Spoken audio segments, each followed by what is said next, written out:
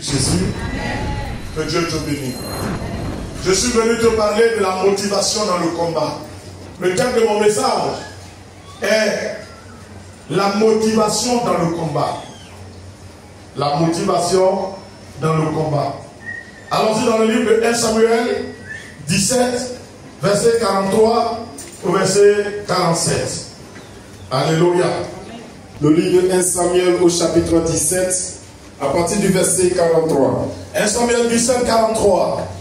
Le Philistin dit à David: suis-je un chien pour que tu viennes à moi avec des bâtons? Le Philistin dit à David: suis-je un chien pour que tu viennes à moi avec des bâtons? Et après l'avoir maudit, par ses dieux, il ajouta, le Philistin ajouta: viens vers moi. Viens vers moi.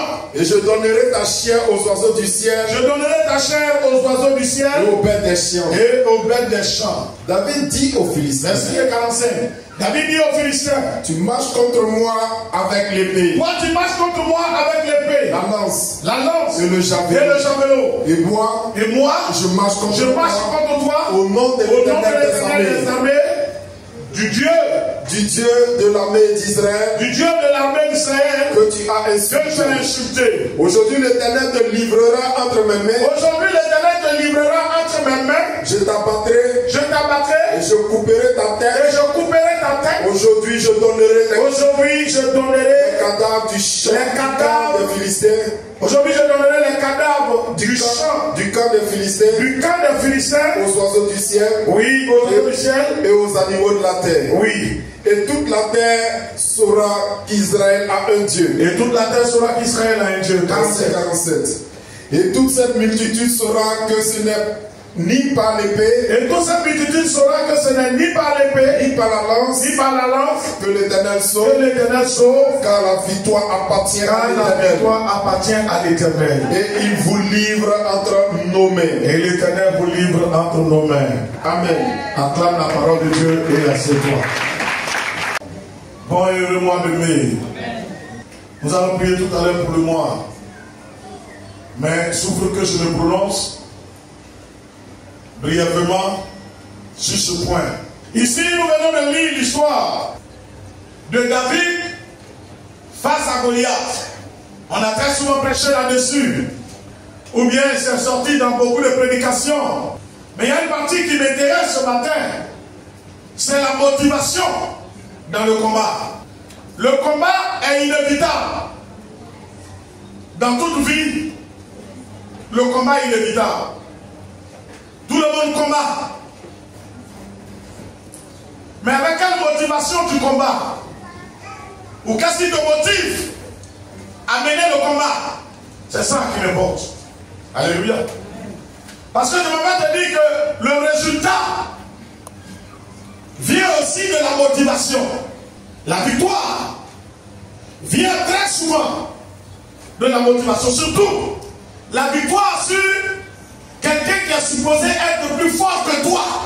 Comme par exemple comme quelqu'un qui peut te tuer, qui peut t'abattre. La victoire sur ce dernier, généralement vient, non pas de l'extérieur, mais de l'intérieur, de la motivation qui est en toi. Par exemple, combattre la maladie. Et vaincre la maladie. On sait que la maladie a forcément le dessus. Des maladies incurables. Triompher sur ces maladies dépend de ce qui est d'abord en toi. La réussite, c'est un combat. Parce que ce n'est pas tout le monde qui réussit. Alléluia. Ce n'est pas tout le monde qui réussit. Donc je peux dire réussir est un combat. Alors vaincre l'échec dépend aussi de la motivation qui est en toi.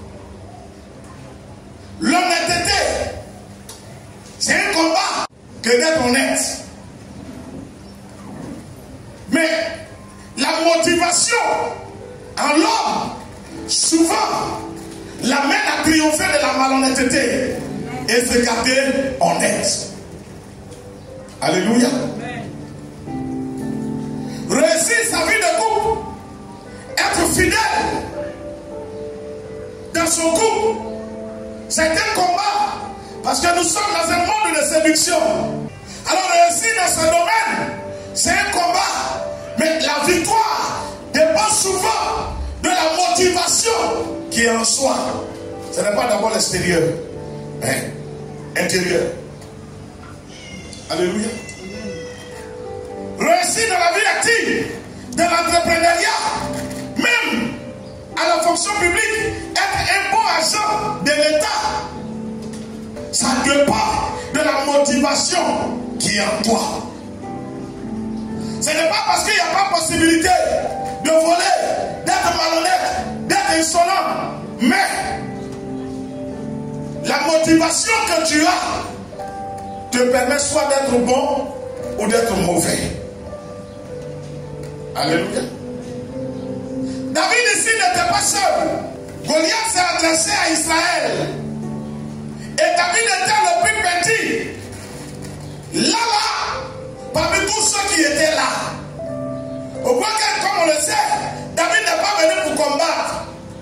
Parce qu'il est petit, il a été envoyé par son père pour apporter la nourriture à ses aînés qui étaient au combat. Ça veut dire que David n'était pas encore arrivé à l'âge certainement de combattre. Il y avait ses aînés, il y avait les autres soldats, il y avait même le roi. Le roi était là. Alléluia. Mais qui a gagné sur le Philistin? David. Ce n'est pas le roi. Ce ne sont pas non plus les soldats. C'est David qui a gagné sur le Philistin. Pourquoi? Parce que la motivation de David était différente du cœur de la motivation des autres. Alléluia. David était motivé à quoi? David était motivé à révéler la grandeur de Dieu, la capacité de Dieu. Ce qui a amené David en son intérieur à refuser que ce Dieu soit insulté, ridiculisé, pendant que son Dieu est le Dieu le plus grand, le plus fort, le plus puissant. Ce n'est pas possible. Si je dois mourir, je vais mourir. Mais je ne peux pas accepter qu'on humilie mon Dieu, qu'on minimise mon Dieu, qu'on insulte mon Dieu. Je ne peux pas accepter. C'était le cœur de David. Il n'avait pas la tête, mais il avait la raison. Amen. Amen. Il n'avait pas la tête, mais il avait la motivation de révéler que c'est son Dieu qui est fort. Parce que le Philistin représentait le peuple et les dieux. Et l'histoire disait que celui qui apparaissait devant le Philistin, si le Philistin le tuait, les Philistins étaient déclarés gagnants. Si lui tuait le Philistin, alors Israël était déclaré gagnant. Ça veut dire que chacun sort dans la vallée pour représenter et son peuple et son Dieu. L'appel est lancé. Il n'y a personne. Les soldats, malgré leur forme, leur taille et l'entraînement, chacun pense à sa vie, chacun pense à sa femme, chacun pense à ses enfants, chacun pense à sa maison, chacun pense à ses rendez-vous qui l'attendent. Personne n'est motivé à descendre dans le champ du combat. Parce que quand il regarde la taille du Philistin, il se dit, lui là, il va me tuer. Il n'y a personne pour répondre. Jusqu'à ce que l'enfant, qui n'avait pas l'âge, ni la taille, ni la formation, la Bible dit que David était tellement jeune et petit, que même quand Saül l'a proposé de porter ses habits, ça le flottait. Il ne pouvait pas soulever l'épée de David, de Saül, pour aller au combat. Il y avait des gens qui pouvaient, mais ces personnes n'ont pas accepté. Fais-le dire, la motivation que tu as dans le combat va déterminer la victoire que tu auras dans le combat. Amen. Si tu es motivé à ce qu'on te voit, je ne te garantis pas la victoire. Et quand on dit que c'est ton Dieu qui est le plus grand, le plus fort, c'est sûr que tu vas gagner, tu ne peux pas perdre au nom de Jésus. Amen. Alléluia. Tu mènes ta vie dans le but de te montrer. La Bible dit Dieu l'abaisse. Mais celui qui s'abaisse, Dieu l'élève. Si tu vis ta vie dans le but de te montrer que tu es le plus intelligent, que tu es le plus fort, que tu es le plus grand, je ne te garantis pas la réussite. Mais si tu retiens que Dieu est puissant, que l'intelligence vient de Dieu, parce que tu es enfant de Dieu, parce que tu es serviteur de Dieu, tu veux toujours glorifier Dieu, révéler la grandeur de Dieu, je te garantis que Dieu n'a jamais honni. Dieu ne t'honnira pas. Tu gagnes, tu gagneras toujours dans le nom de Jésus. Qu'est-ce qui te motive dans ta marche? Qu'est-ce qui te motive dans ta marche? Frère, on ne finira jamais de prêcher sur l'histoire de David. Parce que chaque point nous instruit. Comment un enfant innocent qui n'est pas habitué à la guerre peut gagner sur un maître de guerre? Ça dépend de ce qui est en soi. Alléluia. Est-ce que tu m'entends bien? Alors la Bible dit, le Philistin dit à David, suis-je un chien pour que tu viennes à moi avec des bâtons? Et après l'avoir maudit avec ses dieux, il ajouta, viens vers moi, je donnerai plutôt ta chair aux oiseaux du ciel et aux bêtes des champs. Alors David dit aux Philistins, tu marches contre moi avec l'épée, la lance et le javelot. Moi, je marche contre toi au nom de l'Éternel des armées, du Dieu de l'armée d'Israël que tu as insulté. Amen. Est-ce que tu sais que ta victoire est obligée? Dis à quelqu'un, est-ce que tu sais que ta victoire est obligée? Dis-lui, est-ce que tu sais ça? Parce que si tu ne gagnes pas, c'est que c'est les démons et les agents qui sont forts. Dieu va te soutenir parce que Dieu voit son intérêt dans le combat. Amen. Amen. Chacun a son combat. Donc, ils sont face au combat du mariage. Comment ils vont réussir à se marier? Je suis venu te faire une proposition. Sois motivé à l'idée que l'Éternel soit vu dans ton combat comme l'héros, comme le gagnant, comme le plus fort, comme le plus puissant. Est-ce que quelqu'un m'entend ce matin? Jésus dit, cet homme n'est pas malade parce qu'il a péché, mais c'est enfin que la gloire de Dieu soit montrée. L'ennemi qui vient devant toi, considère qu'il vient afin que la gloire de Dieu soit vue. Il ne vient pas pour te vaincre, il vient pour que tu le terrasses, que tu puisses le terrasser et que l'on retient que toi, ton Dieu là, c'est lui le vrai Dieu. C'est pourquoi il vient devant toi. On dit que c'est le plus puissant des sorciers. Mais ici, il vient pour qu'on retienne qu'au-dessus de la sorcellerie, il y a l'Éternel des armées qui terrasse la sorcellerie. C'est pourquoi ce sorcier s'est levé. Parce qu'il s'est levé, il va tomber et il ne peut pas résister au nom de Jésus. Quel que soit ce qui a été organisé, que la gloire de ton Dieu soit vue dans ce mois. Ils ont lancé ça c'est pas faux. Mais l'Éternel ton Dieu arrête le vent, arrête la tempête, divise la mer, fait pleuvoir et il apporte la sécheresse. Il est celui qui dit et la chose arrive. Quand par ton Dieu dans ce mois, on reconnaît que l'Éternel est Dieu. Sur la Côte d'Ivoire est Dieu, dans ta vie est Dieu, dans ce mois au nom de Jésus. Sois motivé à ça. Amen. Parce que l'homme voit avant de croire. L'homme voit avant de croire. Amène ton voisin, amène ta voisine, ton collègue, ton frère, ta soeur, qui ne veut pas se donner à Jésus. Amène-le à voir que ton Dieu est fort. En rapportant de victoire par la motivation de démontrer que c'est ton Dieu qui est fort. Est-ce que tu me comprends, frère? On dit c'est impossible. Et puis ça devient possible par ta prière. À partir de ce moment, on dit quoi? Dieu, son Dieu est fort, hein? Oui ou non? Est-ce que les Philistins n'ont pas reconnu que le Dieu de David est fort? Est-ce que l'Israël n'a pas reconnu que le Dieu de David est fort? Par quoi on doit reconnaître que ton Dieu est fort? C'est ce que je suis venu te dire. Ce mois, que ça t'anime, que ça soit dans ta tête, que ça soit dans ton esprit. Seigneur, fais que de par moi, on remarque que tu es puissant. Fais que de par moi, on remarque que tu es le Dieu grand. Moi, ma vie, on voit que rien n'était impossible. Seigneur, fais. Et Dieu va finir par le faire. La motivation te donne de la persévérance. Tu es tellement motivé à réussir que les épreuves ne te font pas reculer. Tu es parti, tu as croyé le bout. Mais la motivation de réussir fait que malgré l'échec de tout à l'heure, le supposé échec de tout à l'heure, tu es motivé à revenir. Et tu fais un effort, tu reviens. Tu reviens, tu reviens. Tu es ici jusqu'à on dit, ah, son Dieu est fort. Il a fait jusqu'à il a gagné ça vraiment.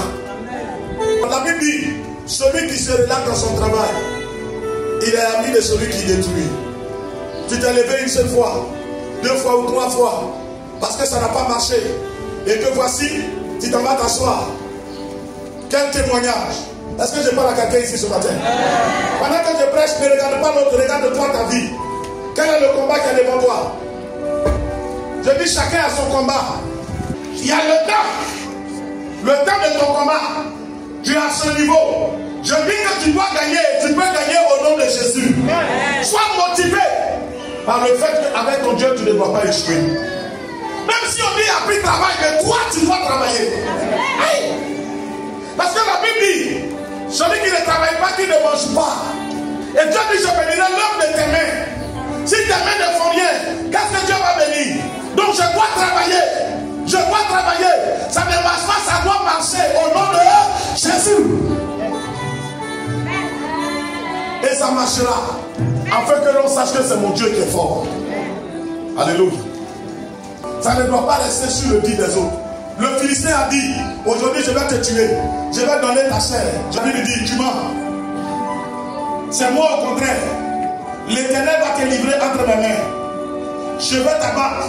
Et je vais donner le cadavre de tous les Philistins aux oiseaux du ciel et aux bêtes des champs. Et tout le monde saura que c'est l'Éternel qui est le vrai Dieu. Que Dieu ne sauve pas par le javelot, par l'épée, mais que la délivrance vient de l'Éternel. Bien aimé, sois dans cette logique. Je suis devenu chrétien. Maintenant, on doit savoir que Jésus-Christ est fort. On doit savoir que Jésus-Christ est fort. On doit savoir que Jésus est fort. Là où je tombais hier, je ne dois plus tomber. Là où je tombais hier, je ne dois plus tomber. Ce qui ne marchait pas hier doit marcher aujourd'hui au nom de Jésus. Alléluia. Ce que je ne pouvais pas faire hier, je dois le faire aujourd'hui. Au nom de David n'était pas dans l'esprit de se démontrer, de montrer que lui il est un grand combattant. Ce n'était pas sa préoccupation. Paul dit quoi que vous fassiez, faites tout pour la gloire de Dieu, votre Père. Dieu va me faire réussir et tout le monde saura que Dieu là, il est Dieu. Ça c'est une bonne raison. Dieu me permettra de réussir. Dieu me donnera de donner à manger aux gens. Dieu me donnera d'héberger les gens. Dieu me permettra de scolariser des gens. Des gens même qui n'ont rien à voir avec moi. Dieu va me donner d'aider les gens. Les gens vont connaître que mon Dieu là, il est vraiment Dieu, qu'il est puissant. Ça c'est une bonne raison. Mais les gens vont me connaître. Tu es un homme limité. Je te donne 120 ans. C'est terminé. David n'était pas venu au combat pour se faire voir. Et je dis tout chrétien qui vit sa vie chrétienne dans l'esprit de se faire voir, c'est un païen, un inconverti, c'est un orgueilleux. Mais quiconque vit la vie de Christ en lui, dans le but de démontrer la grandeur de Dieu, on parle de lui, on parle de son Dieu. Alléluia. Parce que de Dieu on parle et on parlera toujours. Il n'y a pas de situation qui peut triompher sur Dieu. C'est le message que je t'ai apporté ce matin. Que Dieu te bénisse. Que Dieu te bénisse. Que Dieu te bénisse.